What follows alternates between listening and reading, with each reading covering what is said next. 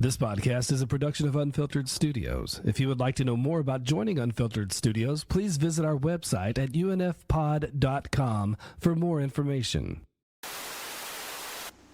Monday, Ernie Kovacs, Funny Man. Comedy comes from the back of the head. Family Man. Until his children were taken from him. He searched for 2 long years. I'll spend every last dime I have until I find them. Ernie Kovacs, Between the Laughter. We mixed. We loaded. We edited. Sometimes we get so deep into conversation that we have separate segments worthy of their own place in the sun. Here is a reshuffled mini episode.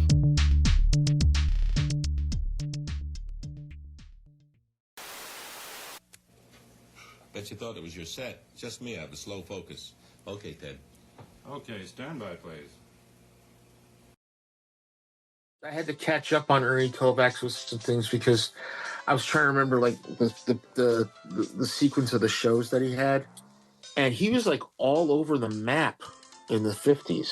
He really is. And thank you for suggesting this topic, because like I was talking off air with Gil and Mike, and they're like, "That's actually a blind spot for us." And I was like, you know what? I'm gonna take this as a challenge, because like I kid you not, just about every single comedian will cite it. I'm not just talking Pee Wee Herman, Mr. Science Theater, Conan. Like, I was listening to Wayne Brady's new podcast, and he's like, that's all I was watching growing up. Ernie Kovacs and Masterpiece Theater. I'm like, okay, I have no excuse. Virtually every comedian I know, I love, I cherish, has seen Ernie Kovacs. He's kind of like every cult musician where his work caught on way after he had passed. Yeah. And the thing with Ernie is that you got to think he wasn't like, and I know we haven't started yet, but he wasn't like vaudeville comedians, all right? He didn't do stints in vaudeville. He wasn't like Jack Benny or, George Burns or Lucille Ball or Milton Berle for that matter, or even Sid Caesar. Here he was a guy who had done theater, right? And then all of a sudden he jumps up and he becomes a radio host, right? And his first job was when he's 23 years old. He's working at WTTM, and then he goes right into television. So his thing was just to see this new box, this new device that you put pictures over.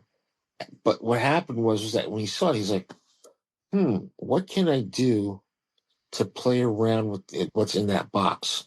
Yeah. Because you gotta realize he was not trying to be like, tell jokes like most of those comedians were like. You gotta think most of those comedians came off of radio. He was kind of the anti-TV guy in a way. I wouldn't say anti-TV. Really? I'd say he was more of the innovative. Well, that's what I mean. Like, he's going beyond the formula. There's a lot of meta stuff, which I still can't believe happened in 50s television. Like, I saw the show he did in 53, the start of the year. I think it was the Ernie Kovacs show is what it was called. Yeah. And it had some eclectic time. I mean, from what I was seeing shows that were like running. There was a 9-minute episode. There was a 45-minute episode. There was a 25-minute episode. Yeah. That was like it's kind of low budget when you watch it, right? If I'm right, Gil?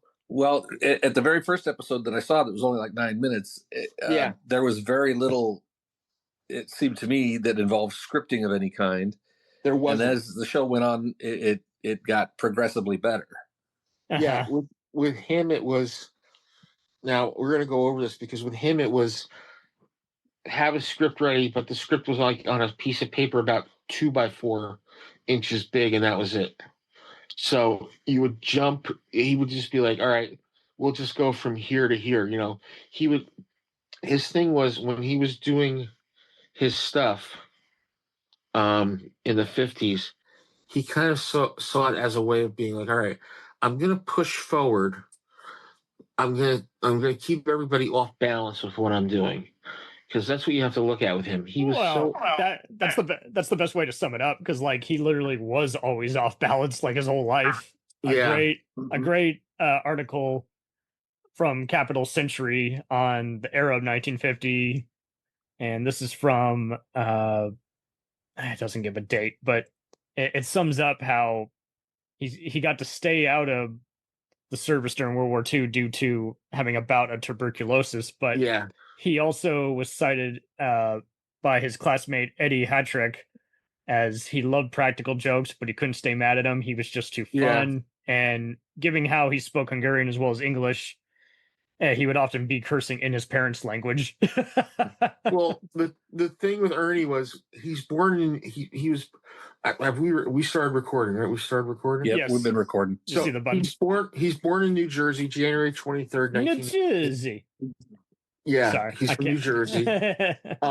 He's born in Trenton, New Jersey, January 23rd, 1919. Andrew and Mary are his parents. He has an older brother, Tom, from Andrew's first marriage. And his father was a beat cop on the Trenton police force, but when Prohibition hit, his father became a saloon keeper. Saloon keeper. What an irony. Yeah. So what happens is, they got rich, and Ernie was his loving mom was cited as spoiling him, but I love how Ernie also developed a humor column for the Trentonian, which was described as being just as zany as his on the tube antics. But he was what he would do is when he was younger, he would take a marker or paint footprints on his ceiling going out to the window. I mean, that's how he was inventive, and he loved watching people like Harold Lloyd and Buster Keaton, and was like, and when he was in school, he was a good student. When he got to high school, though, he was terrible. But there was one guy who took a liking to him, and it was a guy named Van Kirk, who was his drama teacher. Yes. So one day, Ernie's doing some, cracking up the class, and Van Kirk says, "Come here." He says, "What?" He says, "Do you sing?" No. He says, "From now on, you sing. Okay? You sing. Nothing else you sing." And Van Kirk, and he was like, okay, I'll do that. And Ernie became a really good actor, And when we talk about him not going to World War II, he basically was doing a lot of summer stock, and that's how he got sick. He got pneumonia and pleurisy. And he was in and out of the hospital for a year. And I think when he got out of the hospital, his parents had divorced. He was living with his mother. He took a job in a drugstore. And then, for a while, he was just bumming around and got the job at WTTM being the morning radio host. And one claim to fame he did was he wanted to show people what it was like to be run over by a train. Yeah. So he lay down on the tracks with the microphone, and then just as about the train, he rolled off, but he kept the microphone on, and he basically just sacrificed the microphone.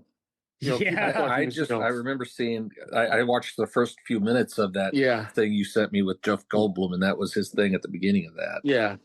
Yeah, so, for those that don't know, if you have not seen anything, you can definitely see the 1984 TV movie called Between the Laughter. And I'm glad you brought that up because, man, that on biopics.com, it's not ranked too high. They just kind of, even though Eddie Adams appears as herself briefly, they just weren't digging it. But I really dug the camera work and just kind of how it just showed how he really wanted to be a good dad, This will be a movie that I watch with my wife this weekend for sure. Yeah. And they got the thing with that movie is they got the attitude of the era right, because with him, the set design was really inspired for a TV production. Yeah. It's like, whoa, hey, it looks like late 40s, early 50s, With him, Ernie, he wasn't into being hey, let me be zany or something. He would think of shit right on the fly, Yeah. And we see him kind of humoring himself just to keep himself in good spirits. Yeah. Which maybe it's exaggerated for dramatic consumption, but at least it's getting home on just giving you kind of an idea of his persona. He's just like a guy's got to be able to think to himself in between earning a living, you know. Yeah.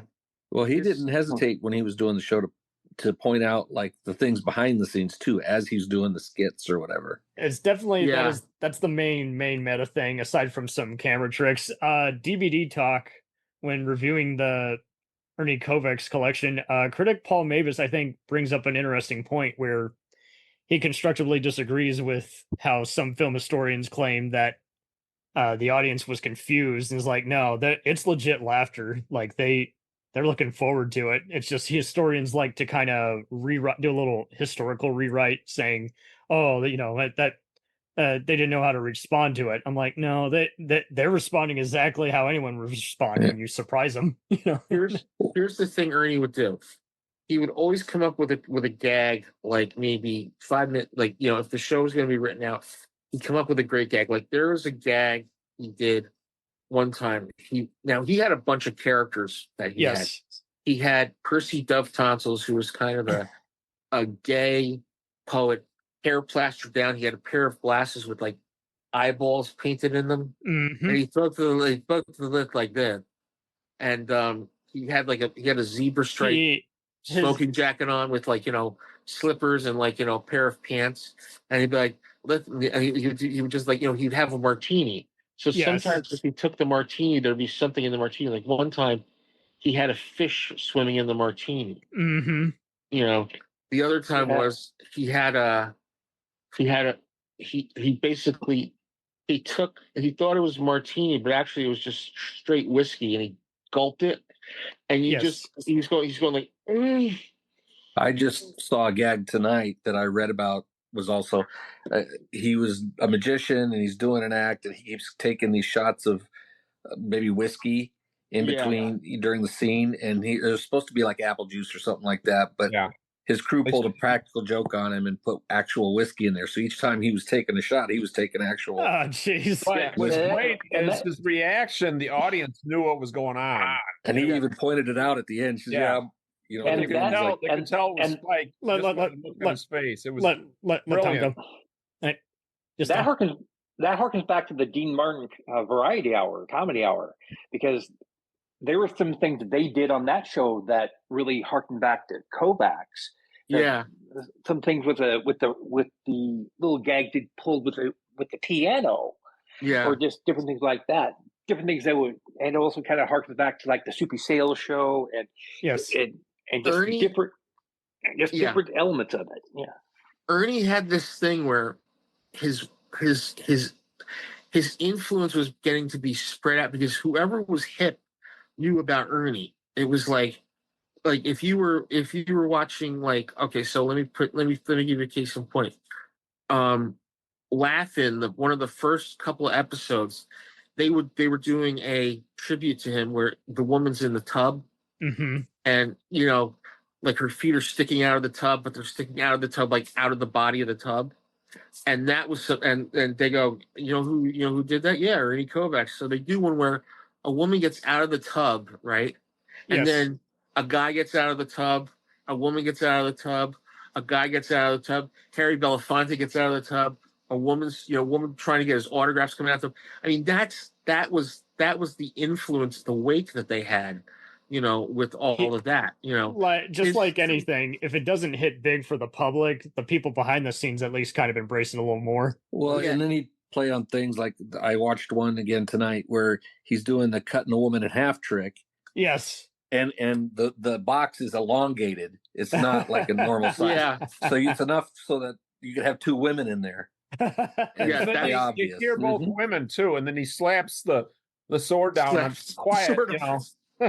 And just give the act away. My favorite is the one where it's supposed to be the Great Submergo, right? He's playing like the guy who's like advertising the Great Submergo, and Submergo jumps in the water, right? So him and Jolene Brand, who's George Schlotter's wife in real life, the guy who produced Laugh-In, they're standing on the dock and they're counting to 10, right? So it's like 1, 2, like they get to 10, and like they're waiting for Submergo to come out, and they're looking in the water, he keeps looking in the water. It's like the calendar flies off. The guy's drowned, but they don't realize they're just waiting for him to come out of the water. That's a great gag. It just keeps going. It's not just one gag. It's the same gag, but it's all different types of different situations of that gag. It is almost a bit like. I mean, definitely see a bit of the Mr. Show element where it's like everything loosely is connected to each other, even though it couldn't be more different. Yeah. His big thing was not being in, he had the show in New York, he had the show in Philly, he had the show in the Dumont Network. He went to see, then he goes to NBC. He tries to take out Sid Caesar. But he can't do it. He can't do it. I think he was a replacement for Sid. I don't remember how that worked. What happens kind of like they just need someone on, and he was going to take advantage of whatever airtime you could get him. He's like, they will remember me. 1957. It's the year after Jerry Lewis and Dean Martin break up. And this is how fate reacts with Ernie. He's been getting this underground swell. But what happened was that they were going to give Jerry Lewis a 90-minute special, right? And what happened was Lewis was like, "Look, I'm just doing an hour. You can stick it to anybody you want." So the suits at NBC were like, "All right, we'll give it to Kovacs. He'll do something." And he basically took the half an hour, mapped it out, and made this thing called The Silent Show, aka Eugene, where it's this guy who's he's like Charlie Chaplin, and there's no dialogue in the show. It's all sound effects. It's all sound effects and visual effects and stuff like that. And the end of the thing was the tilted table sketch. If you guys have ever seen that, I saw it tonight. Ernie took a table, tilted it 15 degrees, tilted the camera 15 degrees, and basically what happens is Eugene is putting all the stuff on the table. And it starts to roll down the table, right? Hitting the guy at the end of the table, right? Then he starts taking milk. He takes a thing of water, pours it out, and it's missing the glass. Right? It's pouring at a tilted angle. Yeah. It's pouring at a tilted angle. That's just it. Like, it's everything. It's the scenario. It's the visual gags. Yeah.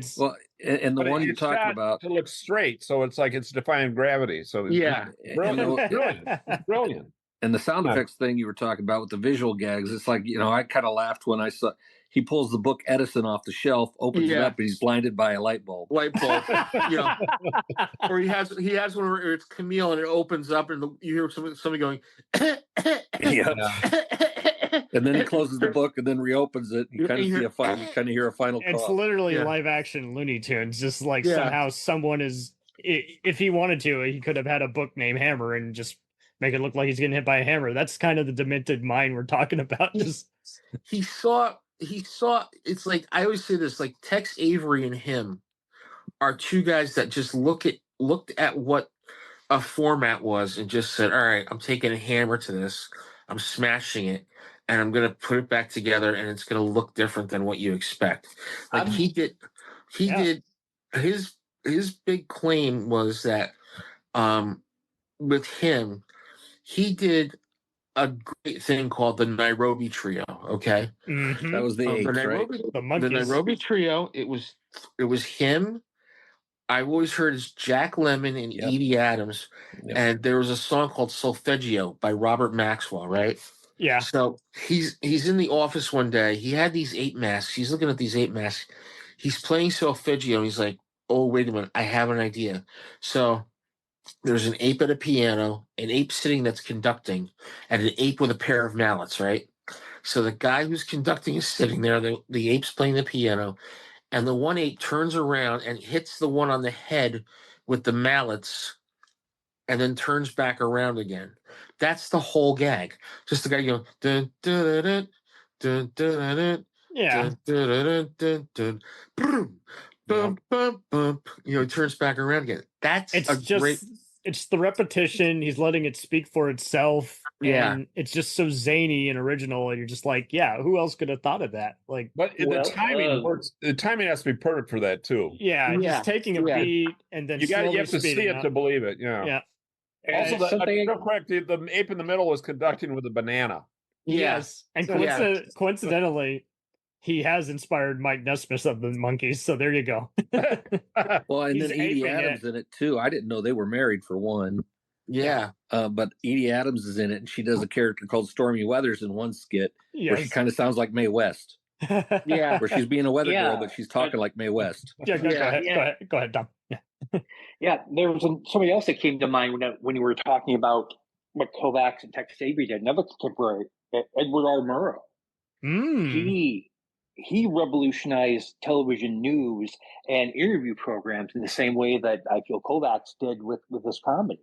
You know, yes, they took the same concept of let's break the barriers of this little box, and in doing so, they became well known in a lot of cases in niche circles rather than being more universal. But when you look back, you see the impact that Kovacs had. You had the impact that Tex Avery had. You had the impact that Murrow had, and even now you're seeing little resonances of that.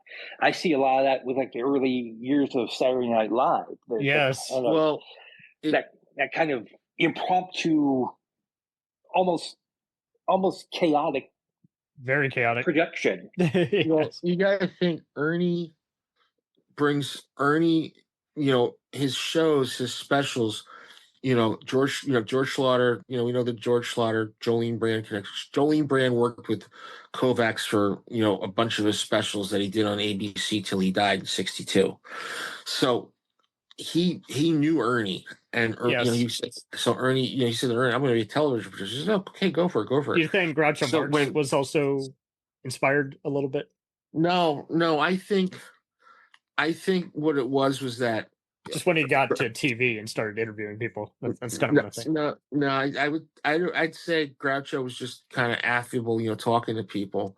But the thing I always said about Ernie was when Ernie was doing his stuff. Now you have to watch the ABC specials that he did from '61 to '62.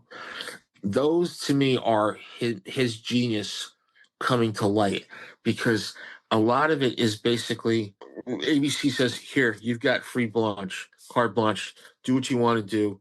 Do whatever gags you want to do. Put that in there." There's a gag that he did. He plays a car salesman, right? Yes. And he hits the car. The car goes through the floor of the showroom, right? That's a great gag. That's a live action cartoon gag right there. Yes. That's something, again, Tex Avery. I've always said this, Tex Avery is, and when you think about it, there's a lot of those blackout sketches, because he would do a thing with Mac the Knife in German. He would have an oscilloscope, singing Mac the Knife. And then he would have all these little like blackout sketches going on.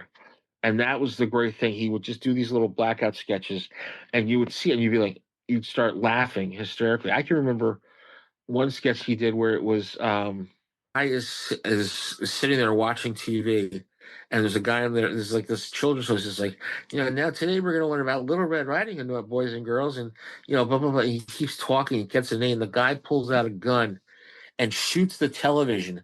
It cuts over to the television. The guy who's the children's host is lying out on the ground, dead, out of the television.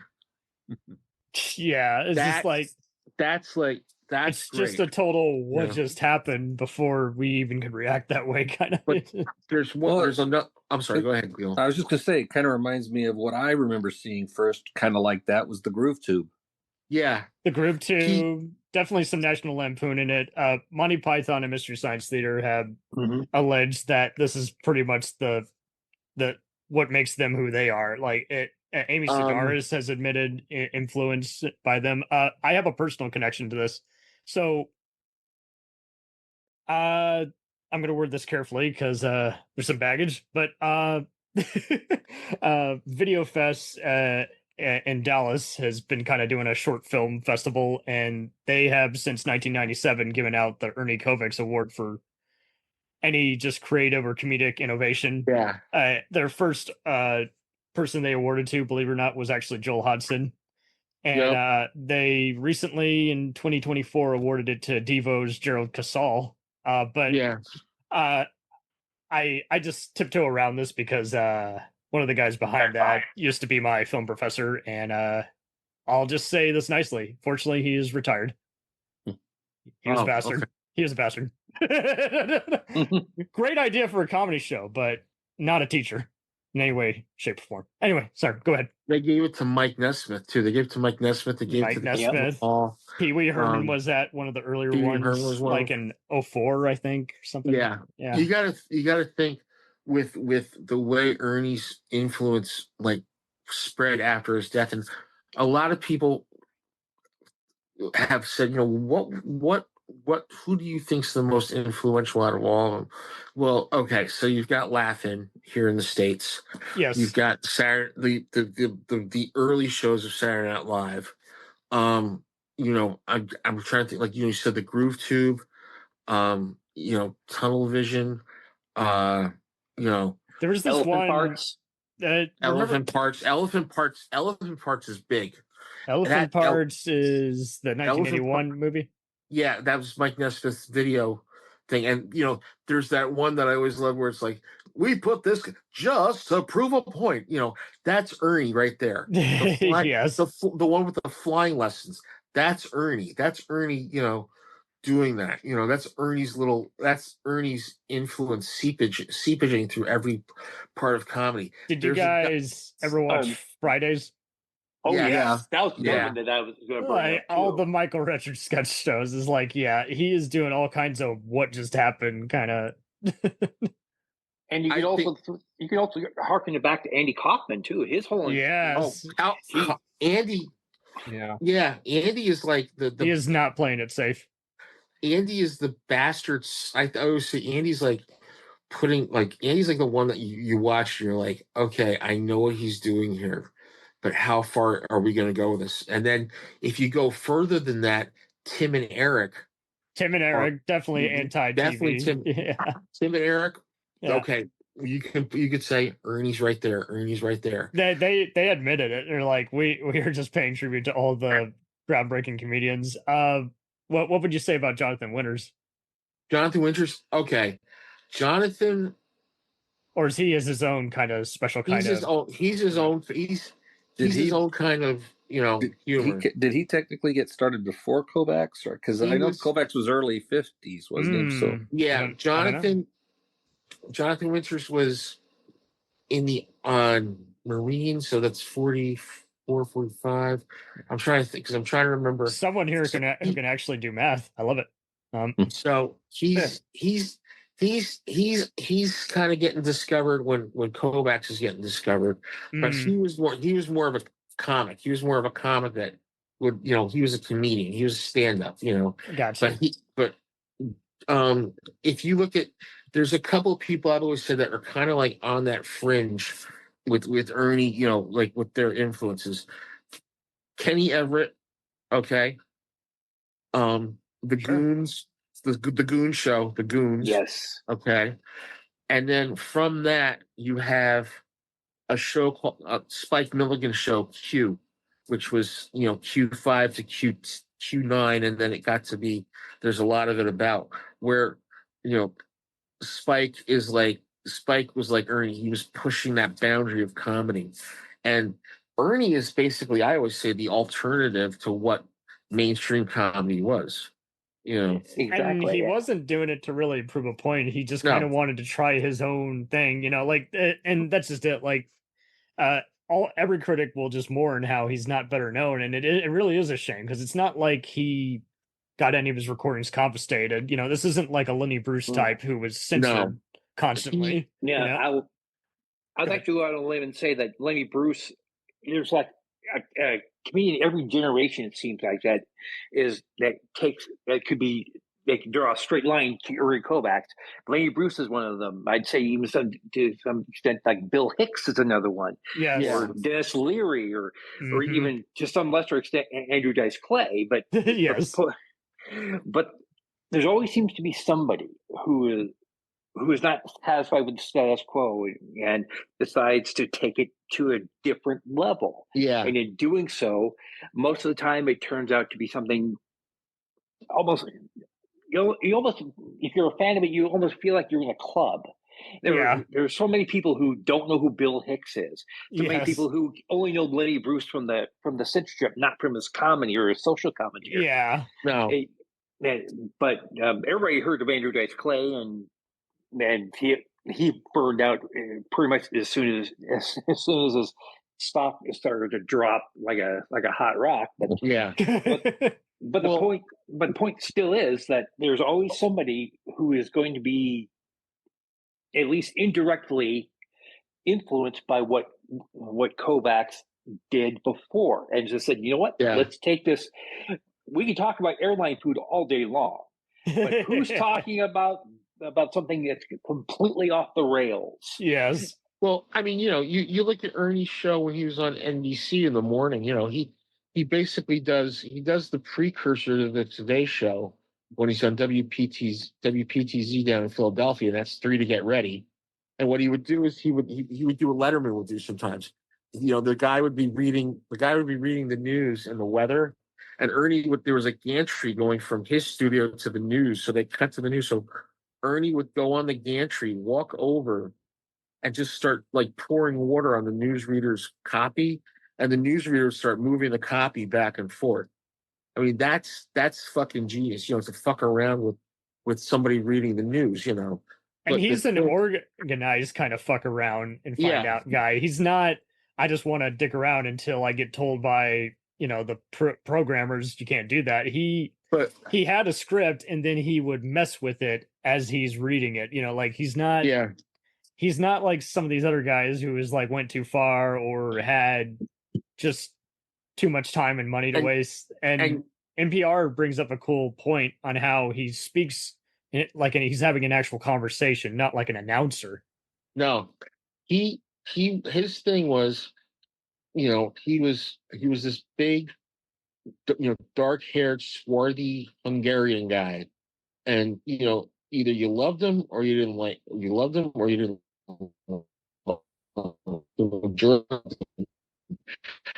Somewhere, it's his.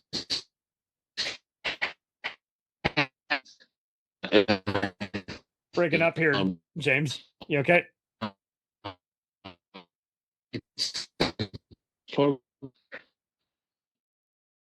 Hello. Breaking up. Okay, can you hear me now? James, slow down. James. There he is. Okay. All right. Yeah, you kept slowing down, and then my recording cut out. So all right, okay. So he had a sister named Mia, Job. Edie's daughter, which is Edie and Ernie's daughter when they got married. Okay, so he had 2 kids before with his wife Bette. So Mia unfortunately died in a car crash in 1982, like 20 years almost to the day where Ernie passed away. Yes, it was very tragic. That was just for those terrible. who want to know more about him though, and how she remastered his material in a few different books. Like there are some great Emmy Foundation interviews on the website you can watch with her. There was talk about, when she was trying to get some of his material together and stuff, so much of it had been destroyed or whatever. Yes. Yeah. ABC had taken some of the stuff. I know that Dumont wiped a majority of the kinescopes. CBS had wiped a bunch of stuff. And NBC kind of had most of the majority of the stuff saved, but a lot of it was being dumped into the ocean. And she actually called up and said, "Stop the boat, bring it back. His stuff is coming with me." Yes. So, she actually saved the Ernie Kovacs legacy. Unfortunately, a lot of people. There's a great book called Ernie Kovacs, Nothing in Moderation, aka the Ernie Kovacs File, which is out of print, I think now. Yes. Written by Dave Wally, which is basically kind of like an autobiography of the biography of Kovacs done in like 1972, 73. That might be a good transition. I might be able to. I have a list of for those seeking out the recordings, a more recent book from Lairview Books has writings and drawings by him called Ernie and Kovacs Land. The Shout Factory 2011 collection is a good start. I have those. You have those? Okay. Yeah. The Percy Dub Tonsils one, which is on Apple if you want to listen. Just let me get through this real fast. The 20 that was released in 2012 and is probably the best sound remastered by far. His Centennial collection, which has been remastered many times since 76, is pretty up to date for 2019, and I can't believe it, but in 2025, and I listened to this one, it was great. The Mayhem in the AM, the Lost Radio comedy, that was released in 2025, and I personally dug it even more because they took a lot of the Centennial stuff and mixed it with the long thought to be lost stuff. So it's like the ultimate like remaster for those. I got a record off of Apple, one of his 3 that I saw on there. Sweet. But it went by pretty quick, so because the skits were not very long at all, so it went by pretty quick. You could literally re-listen to it like multiple times in 1 hour. The Between the Laughter TV movies on YouTube. Those who want to seek out more complimentary stuff, the biography episodes on there, as well as the comedy on vinyl podcast. Are we talking biography on A&E with Peter Graves? Ernie Kovacs. I thought you were going to do a Goldblum impression, but that works. I can only do a Goldblum because you get to over here, and anyway, we talk to him over here and say hello, and hello, Peter Graves. Hello, I'm Peter Graves. I am going to say this. Yes. My introduction to Ernie came when I was about maybe 5 years old. Oh, jeez. My parents, WTTW in Chicago, did a whole thing on PBS where they had all the material, right? And they did it for like 5 episodes of the best of Ernie Kovacs. And it was Jack Lemmon. This is Jack Lemmon. Ernie Kovacs was one of the zaniest people I knew. So Ernie thought so too, And it's Jack Lemmon introducing him, and they came out on White Star, I think in the early 90s. And my parents got me the video cassette, and later I bought the DVD set. Then I find out later Josh Mills was putting together the whole complete comprehensive set of his stuff. And that stuff now is on Tubi, if you can find it. It's there. It's also his game show that he did 1959 to 1961. Take a Good Look. It's also on Amazon Prime for those too. Yeah. He had a game show called Take a Good Look, which is great to watch because it's the panel is always like either Cesar Romero. Oh jeez, there's a I saw the first episode of that, and it was Cesar Romero and Janet Lee, and then what's his name?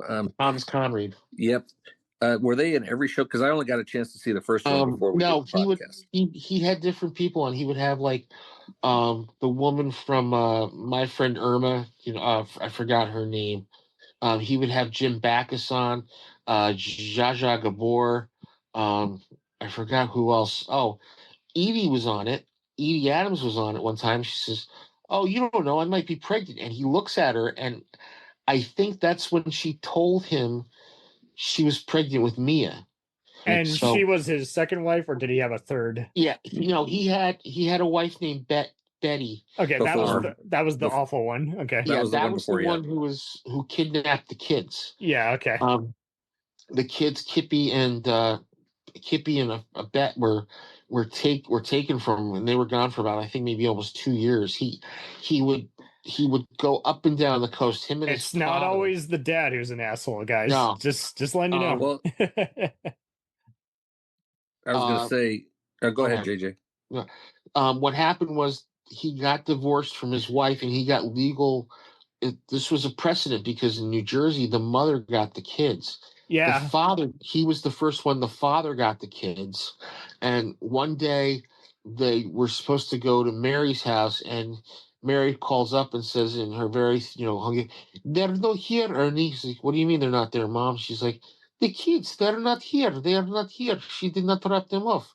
So all of a sudden he's like, oh no. So then him and his dad were going up and down the entire, Atlantic seaboard looking for the kids. They were following every sort of, uh, trail or something like that.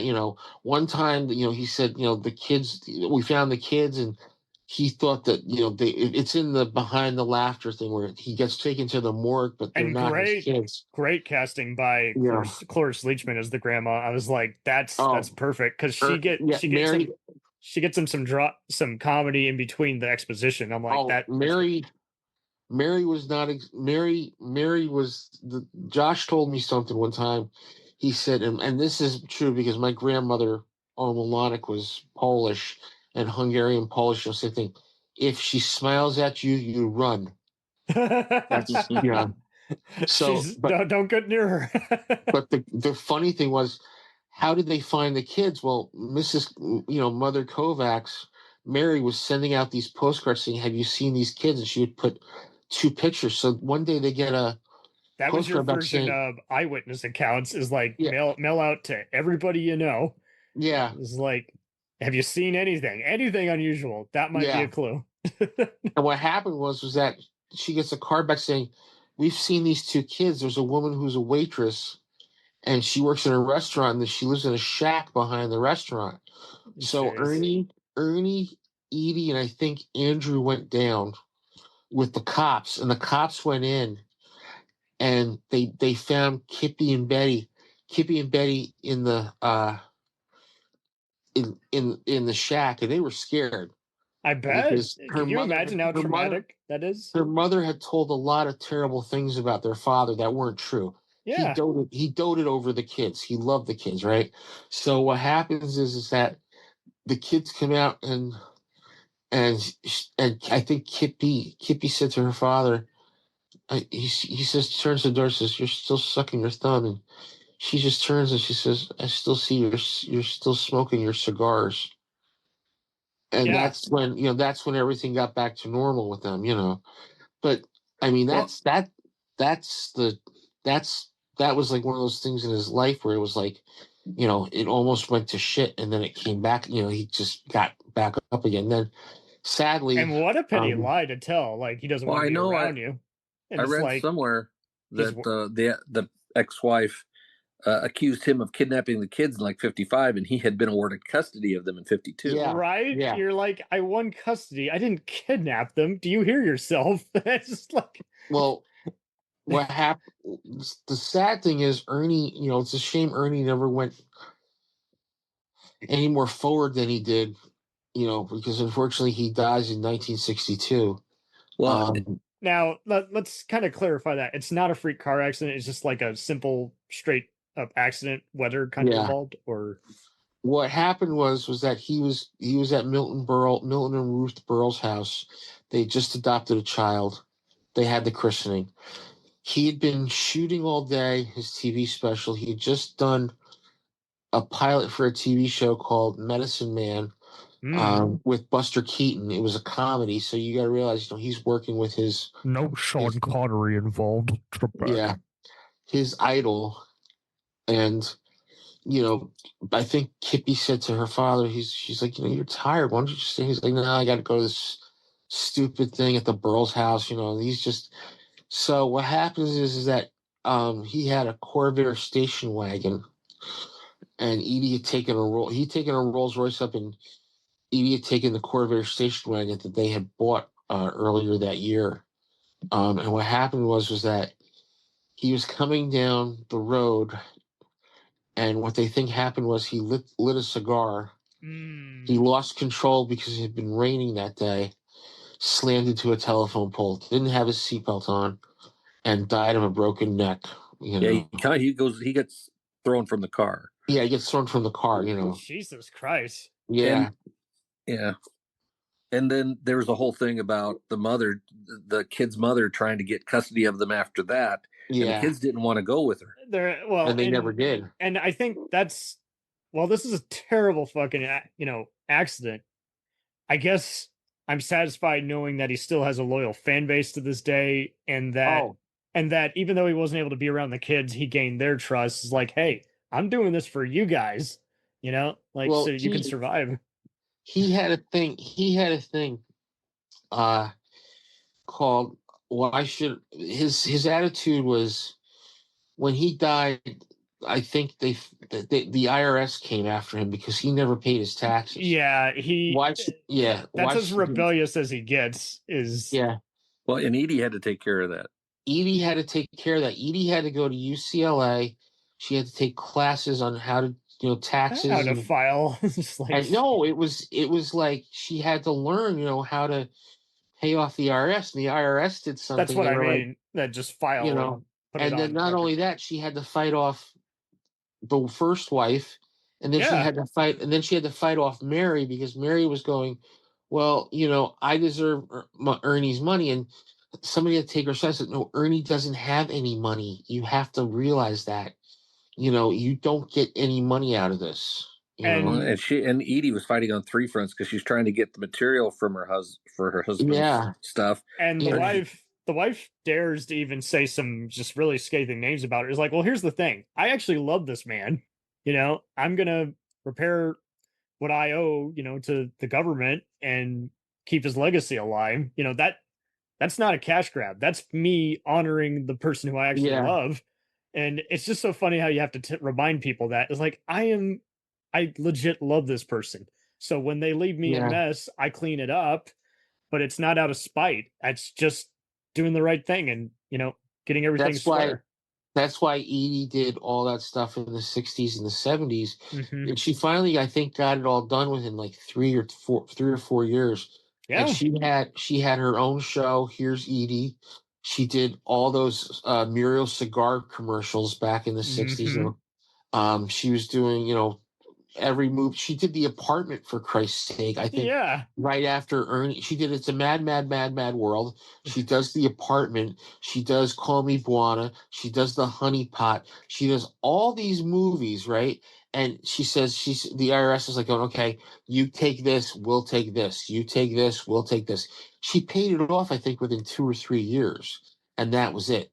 That's just it. She's a pretty legit, honest individual, and even though Ernie had this flaw, he didn't do it just to get back at anyone. He just never filed it, and that's just it. This was just a very likable couple. They legit loved each other. And they did.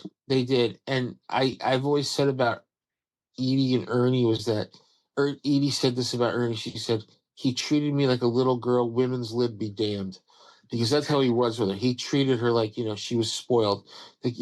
She had, she would do her little wet thing, her little wet touch thing, yeah, I'll take that. I'll take that and I'll have that, But, Ernie was kind of like, Ernie was this larger than life character, and it showed in his comedy. It showed in his thought processes, when he was doing all that stuff, I'll sum up some of the best stuff from all his recordings. I mean, I gotta say, he's a pioneer. He's definitely a wordplay mastermind. But J. Walter Puppy Breath, I think that's my favorite character of his. Don't get me wrong, Cowboy and Puree Ragout are probably his most quotable. But I'm like, man, just the way he is just leaning into that mic as he's saying it. I'm like, yeah, he is dedicated to bringing this individual to life. And I think. I was going to say, what was the one where he's a puppet in space? I can't think of the Kapusta Kid. The Kapusta Kid. Oh, yeah. The Kapusta Kid. The Kapusta Kid is actually it's Hungarian coleslaw.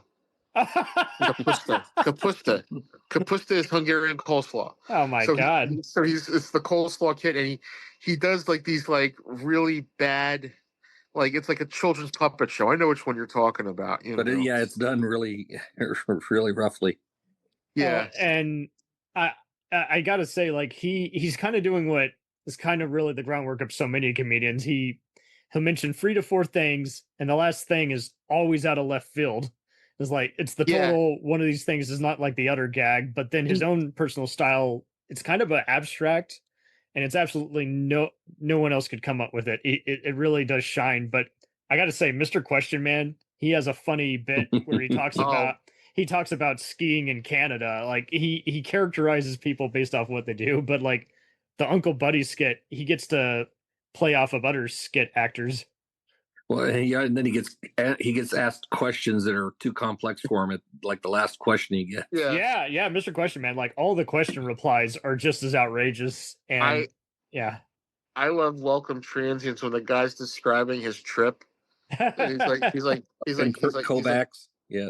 Yeah, he's like, so what happened? Well, he's like, you went into town and you got a fan belt. Yes, I remember. I went into town and I got a fan belt. And what happened on the way back? And the guy's just sitting there, he's like, weren't you and your sisters frightened by a snake? Oh yes, we were frightened by a snake. You know, it's like he's trying to feed the guy like what happens during, you know, to make an intro. I was going to try to mention that, but you beat me to it. Yeah, but that's what's great. Is just like it's a total. Are you sorry you asked? Just like I'm gonna mention this and this and this, and where were we? How did we get here again? Just like go ahead. They were asking, you know, they'd ask him the questions, and he'd give these really weird answers to these questions, and then he'd be asked that question, like the one about chess. It's really complicated, and then he's just sitting there thinking, and he goes, "Well, we've run out of time." Well, yeah. Oh, there's one he did where he's like, now you wanted to see this, so there's going, Nicholas Chichornik, who's so they have these 4 chess champions, right? He says he's going to play them all blindfolded. So the guy's blindfolded, says, "Okay, go," and the guy just steamrolls over all the chess boards on the tables. That's genius. But there's a sketch he did on one of his shows. It's called Roger Seamus, Still in Distress, right? So he plays this guy who's like tied to a railroad track, right?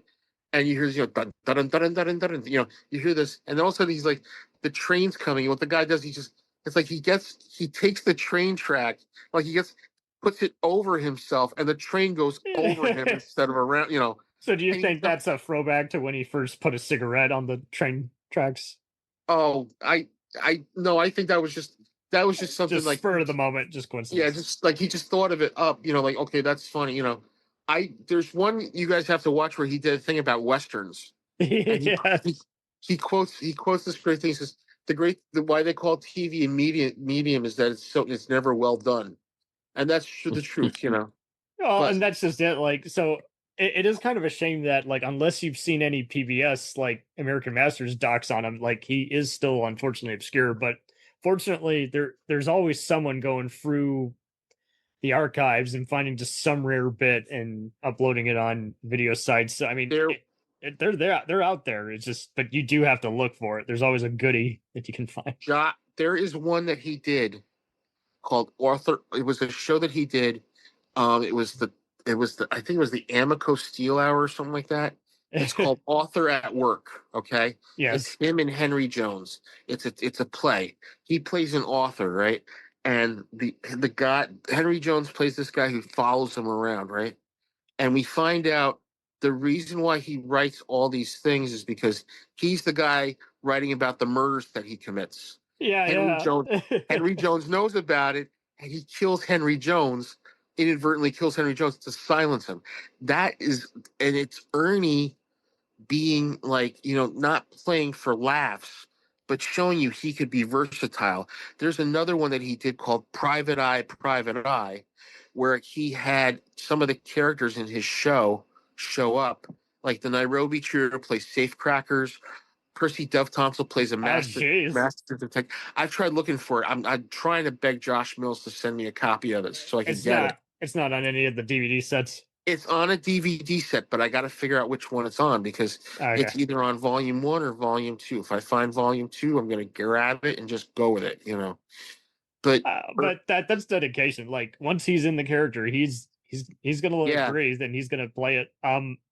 I gotta say, the build your own torture rack kit. That's a total WTF quick skit where you're like, what just happened? There's one that I think to this day I love watching. It's the one where it's an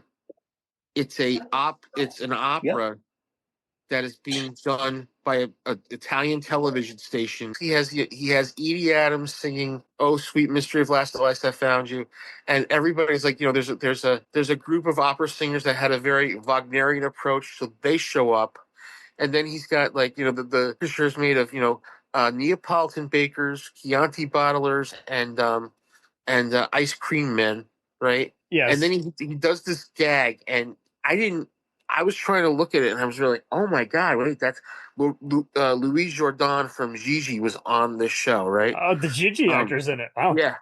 I love that movie. He does this thing where he hits a kettle drum. It's like boom, boom, boom, boom.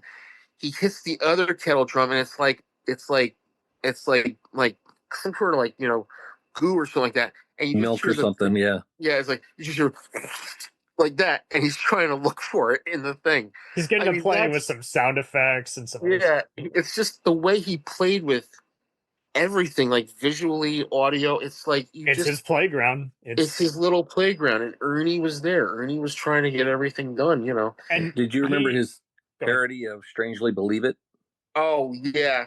I mean, believe it or Ripley's "Believe It or Not." I mean, but "Strangely Believe It" was what he called it. Most people don't talk about Old Baldy because Old Baldy is a saloon keeper in Ketchum, Idaho. Ah, jeez.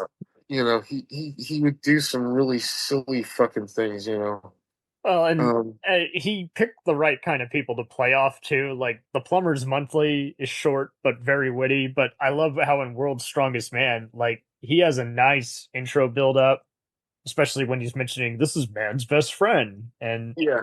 But then he gets into some other great ones, like the Jerry Hankel Sports Enthusiast. He plays different personas, including one who's detailing the boxer Chico. And the Tom Swift skit is a very twisted adventure. It's just so wacky, but he organizes the wacky. And on going back to the Percy Dovetonsils character, like, once you go for the maze of very amusing poems and soliloquies, I love the side one closing part where he goes, well, that wasn't so hard, was it? And then starts that wasn't so hard, was it? And then he goes into a funny overview on Julius Caesar's assassination. You're like, what's going on?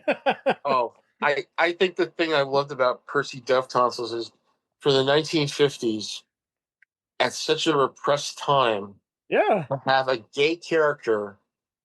Yeah, he could not be more flamboyant. Like he could not be more flamboyant. Of course, they never really pointed that out directly. No, but you had to dig for it. But yeah, he wasn't going to be censored or being accused of exploiting. Yeah. He's like, if you know, you know. So I love that. There was one where he goes this thing. He's like that chap has the manliest thighs I've ever seen in my life. and then there's one where he's like drinking a martini, and he does this thing where he's like the girl who does these olives for me picks the olives for my martini, and he starts like he's like she also should trim her nails a little bit too, And he's like, remember remember that thing, be a detective, follow that man, just shit. You would just be like, he uses all these different exclamations to like indicate what he wants to do, and just going through a lot of these CDs, I was like, Jesus, like I feel people I've grown up reading, like humorist David Sedaris, I'm like, oh man, that they are right at home in this kind of material, because like. And this material is not hard to get. Like, it is not just, it's not like you're listening to a satire and it's like, watch it again, listen to it again, you miss something. Is like, no, like there is some it is in your face, but it is also just like, be ready to go on a journey. Like his way of thinking, I've always said, was it's calculated, kind of. It's calculated, but he looked at this box that was new. And he said, I'm going to screw around with it. I'm going to make everybody. There's one thing before we stop this, is that if he did this thing one time, they had to kill 5 minutes. So back then those cameras were like not as big as we have him now, right? So he does this thing where he took a coffee can, right? Taped it to a kaleidoscope, all right? Then taped the coffee can with the kaleidoscope on it. Was playing classical music. And then what he did was he would move the kaleidoscope according to the music. That was actually the first real psychedelic video on television when you think about it. Yeah, it has to be like because this is years before other crazy stuff like on MTV or bumpers on cable. His if you look at, there's two things he's done. One of them is the musical office. The other is the musical kitchen. If you've ever seen those, amazing to watch because they were all the musical office one I love because that's just something you have to watch over and over again just to get it. And he was taking music from like Esquivel, Ferranti and Teicher, all those, and just he'd listen and be like, okay, I've got an idea here. We're gonna do a musical kitchen, but I got everything planned out. Let's just do it like this, 1, 2, 3. So that's what they did. He wanted to do that. He wanted to push the barriers, make the barriers bigger, not make it just stay in a safe zone, but go out and explore the world. There's a John. What you call? He was on Real People. John, not John Biner. I think I know. John. He said the best. He said the best thing about Ernie was when most people were playing John Brant Banner's World or something like that. When most people were playing checkers, Ernie was playing Space Invaders. Yeah, absolutely. Like, because he was all about, like other people throughout history have fallen victim to kind of what can I do to be the first one to try this? He's like, I want to just mess around with this. Like, this is of interest to me. This is my formula. And he didn't stick to just one formula. Like, he's just, how unpredictable can I be? What can I do to just kind of, other people have been, can I be edgy or can I be more foul than the other guys? He's like, I just want to do something that I am the only guy who could come up with this. This is my wheelhouse totally. Yeah, and the guy's name was John Barber. John Barber. Okay. John Barber. And I will also say he is the proto-Norman, if you know what I'm talking about. Yeah. Yeah. Yeah, I know what you mean. Yeah, he looks like a proto-Norman. Yeah. Really funny guy, though. I saw him on Laugh-In when they did those 6, 7 shows in the 70s with Robin Williams. And he's on it. And that was kind of still a thing with Ernie Kovacs, too, because there's one where I think it was June Gable dresses up as Rona Barrett, and there's Rona Barrett would say a lot of bad things about certain people, and there's Frank Sinatra on a scaffold with a thing of like paint ready to dump it on her. That's Ernie right there, just basically, taking that thing and going, like that, Did anyone ever get a chance? I don't even know if you could find them, but he apparently wrote 2 books. One of them was published after his death. Yeah, How to Talk at Gin. That was the one after his death, and then he published one he wrote in 13 days called Zumar, a sophisticated novel about love and TV. Yeah, and that was about when he was doing the silent show, how he got a lot of crap for doing that because the executives were coming out going, "What the hell is this? You're doing a show without sound? Yeah. Without, you're not doing this. No, I'm doing it like this." And he basically was walking out of the studio going, "These fuckers don't know shit." These were TV executives. These were guys that didn't know how to react to anything. But fortunately, there's some other guys who admitted that their job was to not laugh during the recording. Yeah, yeah, and Ernie had contempt for Pat Weaver because Pat took Is he in his deck? Well, that was that's what the Zumar book was about. Yeah. Yeah. Pat Weaver was the head of NBC. So when 3 to Get Ready was basically knocking everybody out in the ratings, Pat Weaver said, I'm going to do my own show. And we're going to take 3 to Get Ready and take it off. And that's how he got Today with Dave Garroway. That's the whole thing. So whenever you see the Ernie Kovacs shows on television, when he was doing the morning show from New York, he says, "What do you think of that, Pat? Huh? What do you think of that?" Kind of telling Pat Weaver to go out of his behind. Yeah, he did not like the studio execs, for some of those networks. He liked some of the guys, for the Hollywood shows, Hollywood stuff that he did. And if you guys ever see his movies, he's pretty good. His first one was Operation Madball. Where is this one's where he's the star? No, that was Operation. He goes Operation Madball. The one Bell Book and Candle where he plays. And that was the only one I had reference from prior to getting in the show. I'm like, I've seen him in there. I just didn't know who he played. Bell Book and Candle. He plays Sidney Ribbich. Yeah. He does Our Man in Havana with Alec Guinness, where he plays Captain Segura. That's a good one. Then he does Captain Stark in Wake Me When It's Over with him and Dick Shawn. Great movie to watch. I've seen North to Alaska. That wasn't North to Alaska, but Strangers When We Meet is pretty highly rated. Yeah, that's a great movie to watch. And then there's one that he did that he thought was his personal favorite called 5 Golden Hours, where it's him, Sid Charisse, and George Sanders, and Ernie plays a widowmaker. Larcenia's professional mourner who meets his match. Yep. Of his guest spots, he's also appeared on we mentioned it briefly earlier, but has anyone been able to find his Lucy Desi Comedy Hour appearance? I did. And that's the sad thing, because that's the last episode they did when Lucy and Desi were getting divorced. What a swan song. I'm the last guest. Yeah. Is Shotgun Slade worth watching at all? I know that's a private detective. That's kind of good. Kind of cheesy. Right. No, it's 1950s Western. What are you going to do? I don't know. Be funny. Yeah, no. He does a good job on it. He's on Jack Benny program 2 different times. Yeah, so, I've seen the Jack Benny program. He's good on that. I do want to see Operation Madball though. Operation Madball is funny. It's kind of like MASH, but it's not as It's just funny to watch. You got to see the preview for it too. He's heavily featured in it. Yeah. Yeah. I'm kind of curious about Our Man in Havana. That almost sounds like a spy movie. It is, but it's funny. It's also a dark comedy. Yeah.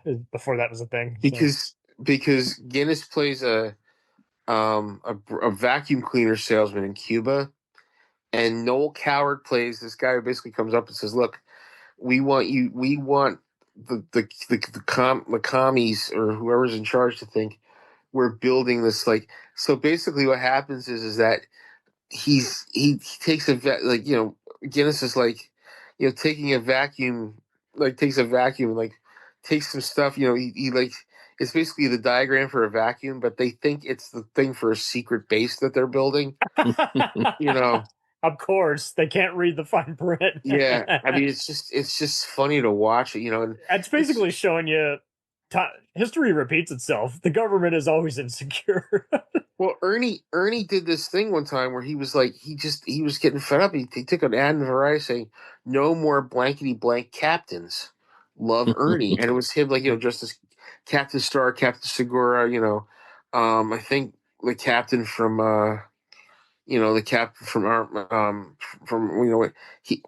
Madball, and then he did one with Doris Day. Oh, nice. Doris Day and Steve Forrest and Jack Lemmon. Him and Jack Lemmon were actually best friends too. That explains. He's one of those 3 monkeys in that. I was going to bring that up. I think that was the connection why Eddie Adams was in the apartment. Yeah. Edie was really good friends with Jack, and what happened was that when Ernie died in '62, people offered to let's raise money for you, for Christ's sake, and she said, "No, I don't want any offers. Ernie put me in this mess. I'm going to get us out." And that's what she did. And they're very selfless. Ernie was the same way. When he was having his own issue, he only asked help from Private Eyes, who ate up his budget. He didn't ask help from anybody else. He did not share it. He just said, "Get me the best liquor and let me go to bed." Just his thing was 2 steam baths a day, great Jack Daniels, and some good cigars. That's all he wanted. That's a formula. But and see, most people will unfortunately be like, nowadays we get so many people's like, can you send me so and such amount on the Cash App? Is like, hold on a second, I don't even know you. You know, if you're gonna ask me for help, it's not going to be money. I'll give you a moment of my time. You know, I'm not going to clean up your mess. You know? He's to me, he's my favorite comedian on television. And I know a lot of people say, well, who's your favorite watch? I love watching Monty Python. I love watching, Armstrong and Miller and all this stuff.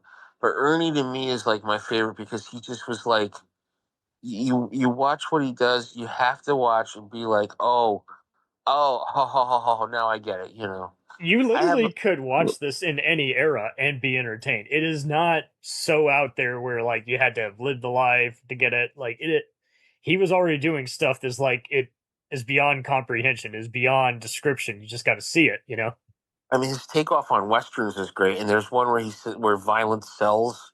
Yeah, he does. That one's great too. Guess what? He's not wrong. He skewers everything. That's what made him so great. It's almost kind of a precursor to the end of Sex and Violence and the Muppets. Yeah.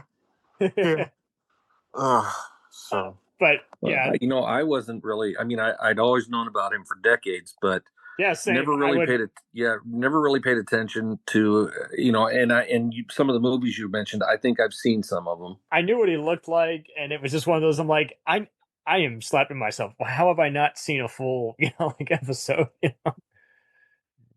So that's a great discovery. Yeah. So thank you for taking us on this adventure. It was quite it was over the rainbow and then some. I would love to get Josh to talk to you, Josh Mills, Edie's son, about this because he's I'm the Kovacs file. He's the guy who's right at the source of the proverbial Jack Daniels Nile with this. I was fortunate enough to read interviews by him. He really is on it. Like he really does value his estate, and much like he pretty much wanted to continue what his mom's mission is. Like, I'm going to keep the dream alive. I'm not going to let this be forgotten, and that's loyalty right there. Well, yeah, I've started with the first season of his Ernie Kovacs show, and I started with the first season of his game show. And I'll probably get the other 2 seasons that are, Yeah, you can find them all on Amazon. That there's 2 different volumes, like we said, I looked at Apple. I did. Well, maybe I didn't look at Apple. Maybe I did. I can't remember. I didn't find anything but the record stuff. Yeah, Prime. You can buy them, but I do recommend the DVDs because they do have some extra scenes and interviews and historians.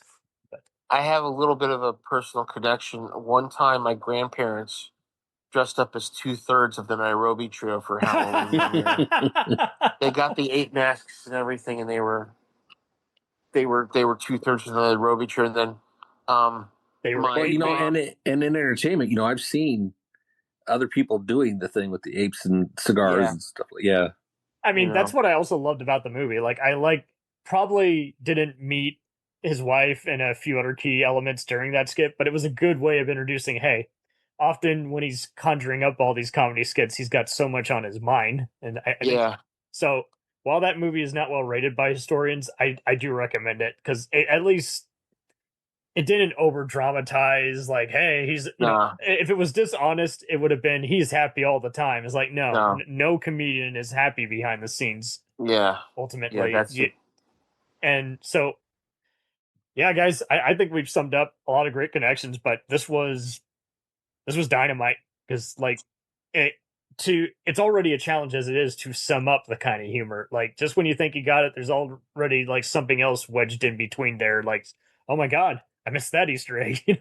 Well, there's one thing I've always said, Ernie's sense of humor was so good because there's one sketch I've loved since I've seen it, and it's one where he plays Biklo Shmolnar, and he's basically hosting the Buffalo the Howdy Doody show, right? But it's the Howdy Doody show. And so all of a sudden the puppet comes and says, "Yeah, how you doing, Buffalo Lee Klaus?" He's like, "What is this, huh?" The puppet talked to me. He's like, "Well, I was on my way down here to the studio, boys and girls, and he walks over and just takes a pair of scissors and cuts the puppet's strings, and it falls down lifeless. And he just looks and it cuts to the kids in the peanut gallery, and they're like, hey kids, what time is it? Yeah. Nora. And all those kids are dynamite. Like, they are ready to react to him and play off him. Is like, I don't know how they got just such bright individuals, but they did. They had perfect people who were just as snappy as he was. And in a way, you could say Ernie was a grown-up kid. He wanted to, and like every comedian, he wanted to just pretty much remain as long as he could, coming up with all the characters just before he had to face the music in his awful life. And you're just like, and don't get me wrong, like his life isn't awful in terms of like getting beat up by cops or anything, but it's still just like anything. It took its toll on emotionally. It's like, I gotta look for where my kids are. I gotta pay the rent. Work became work, unfortunately, after a while. But fortunately, a lot of what he's going for really does shine through. So I think that's just it. Like many musicians and celebrities who have left us way too early, we do want to keep mentioning his name because we realize, and it's more than just he's the first one. There's more to it than that. It's just like he stands on his own ground. Like, I was an hour into the first CD and I was like, that. How do I even describe this? You can't think of anything like this. It's just so original. Well, when I was listening to the records and stuff, it made me think of things like Stan Freberg, although his humor in his record was a little bit more downplayed, I think.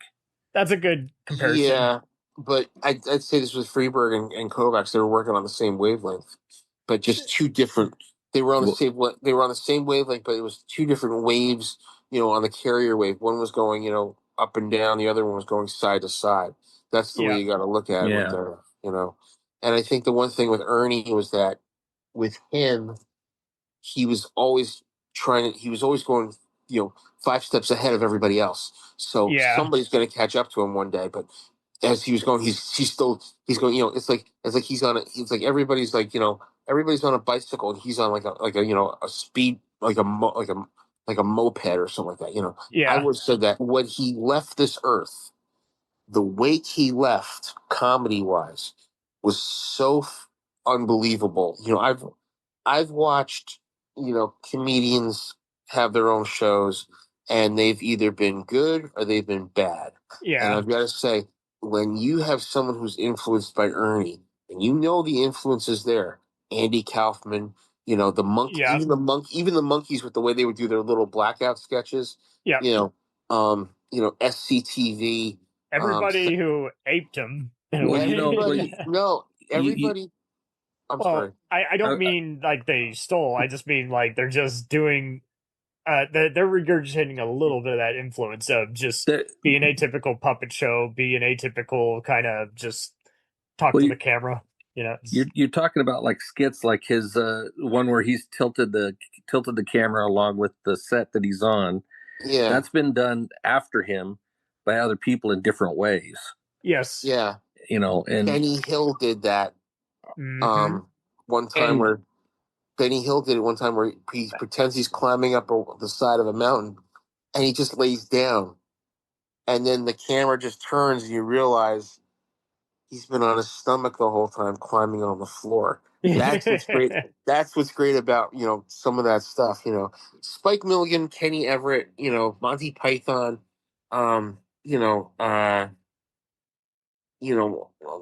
Dave Allen. If you remember Dave Allen, he was he had that influence about him too. And I'll throw in Ren and Stimpy too. Ren and Stimpy, yeah.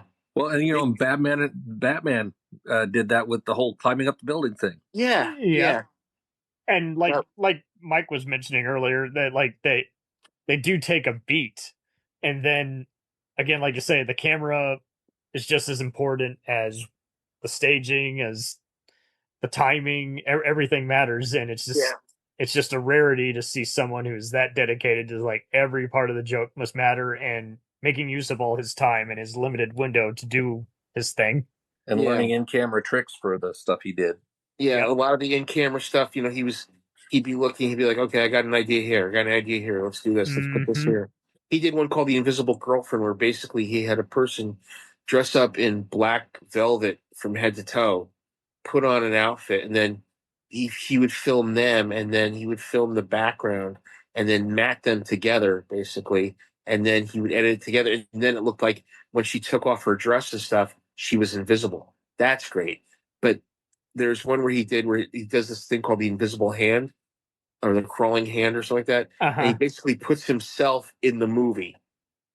So, he's the director of the movie. He keeps putting himself in the movie. That's Mystery Science Theater right there. Absolutely. Well, and how, like you say, where the camera reveals and how he keeps you in suspense, and just there's all these factors that have been, and I can't even imagine how he would have directed it or storyboarded it back then in 50s standards. That's what I would definitely love to know more about. Like, how did he get people in on the same thing, or get them to just, he definitely, much like real life, I definitely get a sense of he knew how to make people trust him, but I do wonder how, like, what kind of directions he did besides just follow me around, That's what I would like to know a little more about. Yeah, I'd love to find that out too. I think, and the one it's a secret that can't be regurgitated. That can't. It can, but it's still like it's always going to be his thing versus people did something similar. That's their own thing, but it's So we'll return after these messages. Folks, Hal back here. We got a 90-minute weekly Shack Stop scrolling all over the world. Find it at 2 p.m. and 10 p.m. Eastern Time on Mondays, then 3 p.m. on Wednesdays, then 7 p.m. on Thursdays. You can catch it on many more radio stations, 99.9 KERB, 1 p.m. Central Time, 2 p.m. Eastern on Mondays. Then catch the encore on Thursdays at 5 p.m. Central Time, 6 p.m. Eastern. Then catch it Wednesday mornings at 11 a.m. Eastern Time, 10 a.m. Central on 107.7 K-Twins. Then hang out with us Wednesday afternoons on MXTR and House Shack Radio, 3 p.m. Eastern Time. Then Thursday, get up bright and early with us on 95.7 Web Radio at 6 a.m. Pacific Time, 9 a.m. Eastern. Of course, we've got your Friday covered as well. 12 p.m. Eastern Time on MXTR FM and 10 p.m. Eastern Time, 9 p.m. Central, 107.7 K-Twins. Find everything on HowShack.com. HowShack.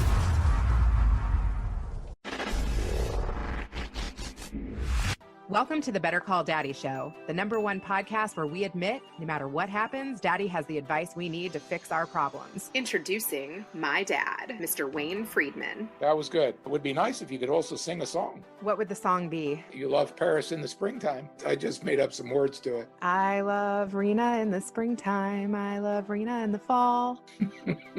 That's right. That's good enough. What I do is interview people of interest, share it with my dad, and get my dad's advice. My dad is my hero. Nobody's got my daddy. Oh boy, let's go to Grandpa. You like to be a little rebel. I tried to rein you in. I have a daughter named Rena that acts just like I did. She's got a son that is not only just like me, but it's just like her. I'm your host, Rena Friedman Watts. Invite your friends, subscribe, and I'm excited to take this journey with you. Let's dive in.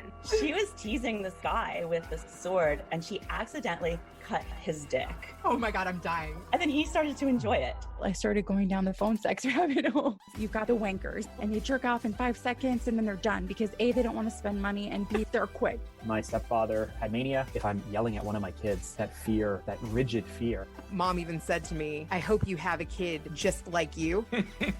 There are lots of people that are being bought and sold right now for profit. If you think you're going to kill yourself, shut up and kill yourself. If you're not going to kill yourself, then shut up, smarten up, and it's all on you. The bullshit has to end. Wow. When I was 11 years old, I was raped and molested over the course of a year. What Jeffrey Epstein had was a sickness inside of him. I am Evan Castrilli Carmichael. I could do anything that I believe that I can. I'm so excited too. Let's go. Next on Better Call Daddy with my mom and my grandpa. Stay tuned. Dean Martin and Jerry Lewis had just broken up. They gave Jerry Lewis, an hour and a half to fill. So what happens is that Jerry Lewis says, listen, I'm just doing an hour. You can give the half an hour to whoever you want. It doesn't matter, give it to somebody, anybody. I don't care. So Ernie gets the half an hour, and basically his idea is to do a show without any dialogue, just sight gags.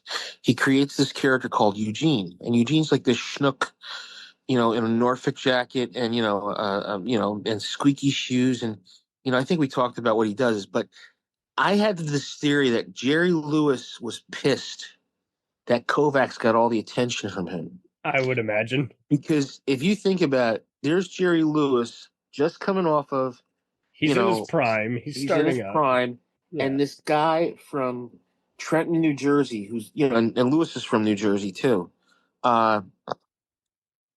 This guy from who's been who's had a couple of shows here, a couple of and he's they give him this half an hour, and he just basically blows the pants off of Lewis.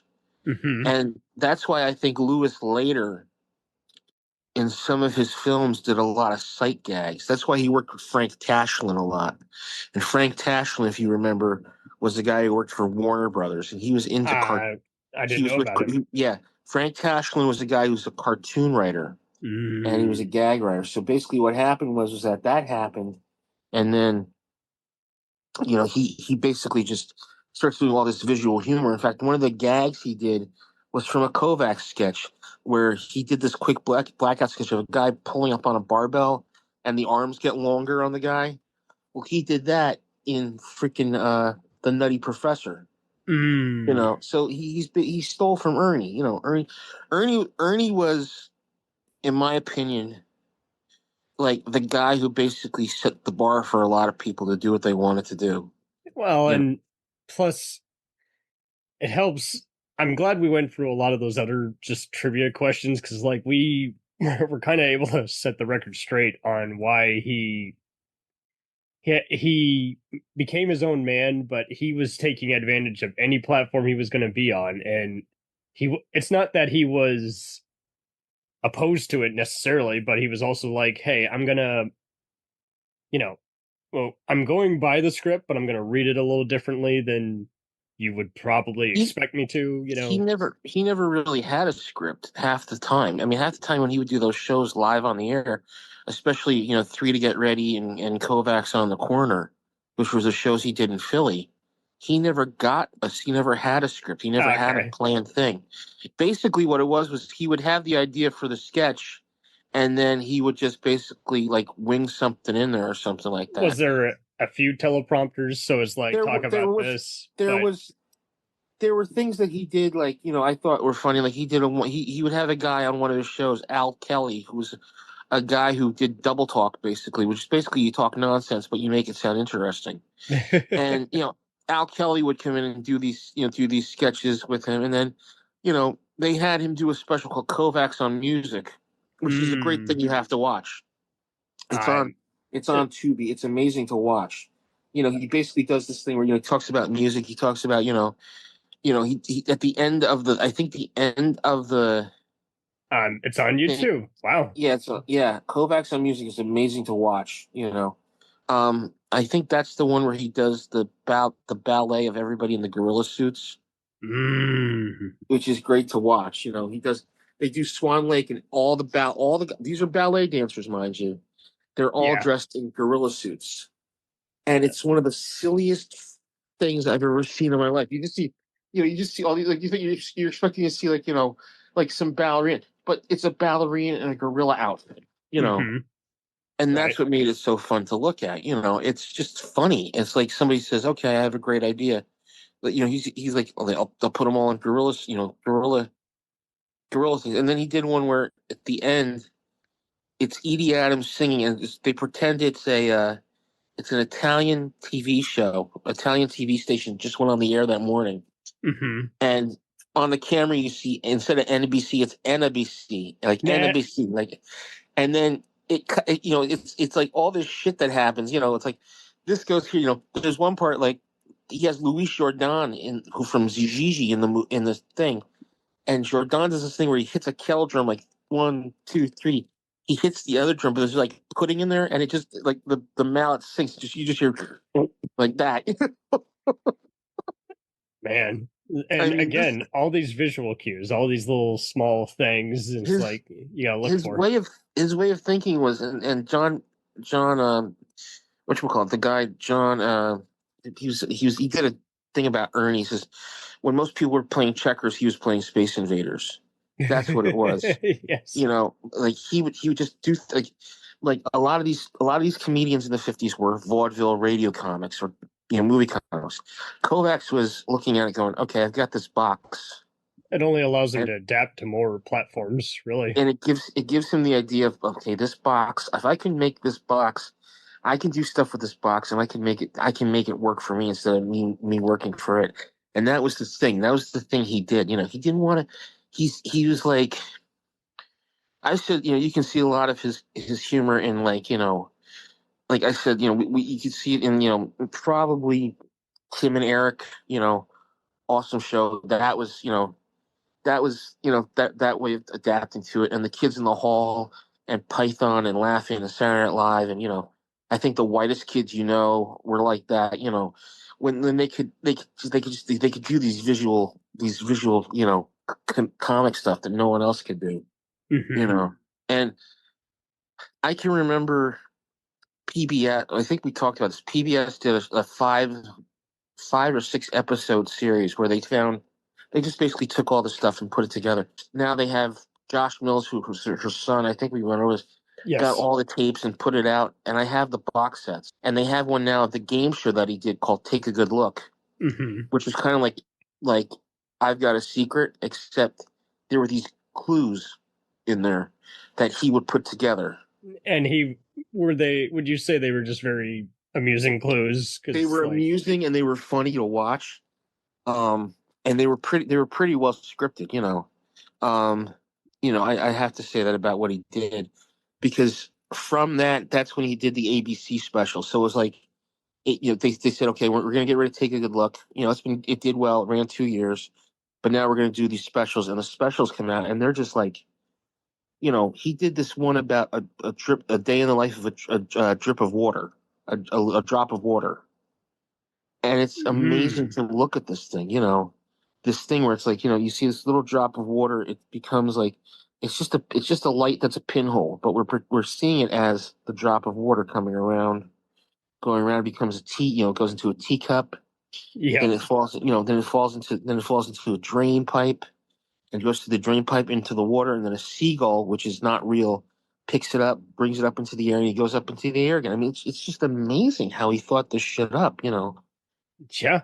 And how do you keep it going, I mean, if he had lived, I always get the feeling if he had lived, he would have done more with the medium than most people would think. I think he would have gone more he would have had his own films too.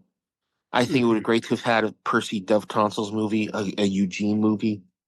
Percy Dove Tonsils to me is like the first real gay character on television, because probably is. Yeah. Oh yeah. I mean, it's the 50s. Greetings over the Orthogon tubes. That chap had the most manliest thighs I've ever seen in my life. Yeah. A little varicose though, but nice, And he would, he had like the thing I loved about Percy Dove Tonsils was when he did his show on as the replacement for, I think, Burl or something, or his replacement. They did one thing where he was like doing his thing, and they gave him, it was usually like water, and they gave him real booze, and he swallows, and you just hear him go, like, they didn't know, they would trick him, because the crew would trick him. And then he does one where he did Matzel Hepplewhite, which was he's an inept magician, and he does this thing where he calls the assistant out for a drink, and they would put iced tea in it. But what the crew did was they put actual whiskey in it. Yeah, they snuck it in. So he's drinking. He goes, and he just gives this face of like, I know what happened. And he goes, he's saying something in Hungarian, and I was like, oh. And he's just slowly like, you just see him getting a little more sillier and sillier as time goes on, But that's what made it so fun, I mean, you don't see his humor, and you see his humor, but it's like when you watched it back then, it was breaking the rules, Well, and that's what sucks too, having to explain to people when they go, "Oh, breaking the rules." It's like, well, that doesn't necessarily mean be foul or be No, troll. It's no. like, no, we're talking. He's not sticking to any script. He's not sticking to premise. You had Sid Caesar, and there's nothing wrong with Sid Caesar. I love Sid Caesar. Sid Caesar had writers, and you look at the guys he had writing for him: Mel Brooks, Woody Allen, Mel Tolkien, Neil Simon, Danny Simon, classic wise asses. Yeah, classic guys. Carl Reiner, who's the big to do, one of the biggest. Yeah, and he had people around him like Howard Morris, Carl Reiner. He had Imogene Coco to work with. But Caesar could, Sid Caesar could do his own shtick, but he was more the Catskills. Ernie wasn't Catskills. Ernie was, here I am, we're going to do this joke here, and then it's going to be a visual gag, and people are going to look at it and be like, what the heck? Yeah. And then they're going to be looking, like he does one joke I love. It's a girl, they're playing Here Comes the Bride, right? They have a bridal trail. So you hear here, you see her walking, and she turns to the left, to the right, and then the bridal trail goes to the left. Mm-hmm. That's a great sight gag. That's the thing. You have sight gags.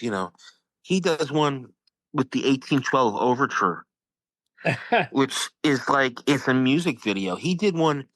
He would do these things with music, right? So one of them was, he did one. It was a musical office, so everything was choreographed to the music. And then he had one where it was a musical kitchen. I gotcha. So you see, you hear dung, dung, dung, dung, dung, and you see like the oil and vinegar. The oil and vinegar things are going like boom, boom, boom, boom, like they're just shooting out the oil and vinegar. It's amazing. You have to watch the musical office and the musical kitchen that Ernie Kovacs did. It's amazing. It's like he was doing music videos before they were big. And he definitely, whoever he was directing, like he definitely got them to frame it. So I don't know how he made sure, hey, I'm in this frame, or I'm at this angle. You're going to cover that. He would always, the way I heard it was, and somebody said it best and said, he would have an idea written on a piece of paper. He'd look at the piece of paper, and then he'd be like, okay, throw the piece of paper out and be like, okay, we're just going to shoot it. That's it. And if it works, it works. If it doesn't, it doesn't. The tilted table sketch is probably one of the best things he ever did. If you ever seen that, he was pretty collaborative. He had this thing. Okay, so what I said is his brain, I think, functioned at like at warp speed. I think probably. And I think the thing that I've always said about him was like he would always do something like very so off the wall. Like he did this one thing where he had a beer, right? He has a thing of beer. And he says, "Oh, I need some ice for my beers, or somewhere I can get some ice." So there's a board, right? And he draws an ice box, right? He draws like an ice box. Then he takes a razor and cuts it open, and ice falls out of it. Now, if you know the trick, there's actually like a thing of ice behind the board. But what he did was he would face the board to the camera. He'd be like, "Okay, I got it." Cuts it along and then opens it up, and that's the ice falling out. So nobody knew what was coming, but that was the big thing. You hear people go, "Oh," like that, like. And I'm sure a lot of the magic makers, so to speak, the practical effects guys, they're sharing some of their secrets with the other people coming up, taking their place. Yeah. I mean, there's a lot of things you can look now and be like, "Oh, that's how he did it." Magician's greatest secrets revealed tonight on Fox. So he's more than just a mastermind. He really is a comedic magician. Kind of. He's like a magician, but he was like saying, "I'm going to make everybody look at reality this way, and this is how it works." And then, for that half an hour I was on, that's it. And that's what good visuals should be. That is a altered reality instead of, oh, they just did a green screen. Oh, they just took a discount film set. But so, and also I wanted to make one thing clear. Supposedly there's a rumor that goes around when they were against a mad world, his wife Edie Adams was in it, right? And she was paired with Sid Caesar. Okay. Supposedly the deal was, from what we heard, was that Ernie was going to be in the movie of It's a Mad World. He died pre-production. They got Sid Caesar, and Sid did it as a favor to Ernie because he knew Ernie, and so that's why he's with Edie Adams. But it was supposed to be Ernie Kovacs in it. That's wild. Yeah. There's a couple of things that I've always said were like, what if? Now this but past old week, school Hollywood rumors are probably the worst. Rumors are always bad in that people never know where they got their source, but then they'll it's kind of like so and so was considered for this role. Is like, well, that's half true. They were considered, but they did not audition. So you'll see stuff like that, and you always got to double check it.